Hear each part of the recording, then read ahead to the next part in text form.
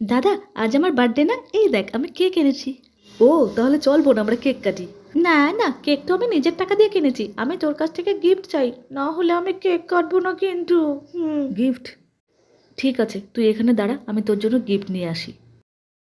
দেখি এখানে কিছু হয় নাকি। আঙ্কেল, আমার একটা কাজ দিন না, আমার বোনকে জন্মদিনে গিফট দিতে হবে। হ্যাঁ, কাজ তো আছে, আগে টেবিলটা পরিষ্কার করো, তারপর ঝাড়ফাড় দিয়ে টাকা নিয়ে যেও। আঙ্কেল, আমি সব কাজ করে দিয়েছি, এবার টাকাটা দাও। হ্যাঁ দিচ্ছি, এই নাও ধরো।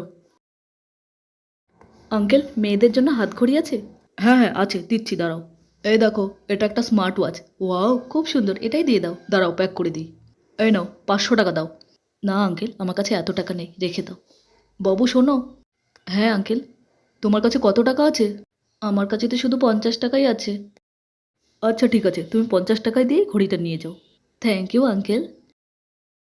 এই দেখ বোন, তোর জন্য আমি গিফট এনেছি। Wow, smart watch. চল দাদা, এবার কেকটা কাটি। তোমার দাদা আছে? থাকলে ইয়েস লেখো, না থাকলে নো লেখো।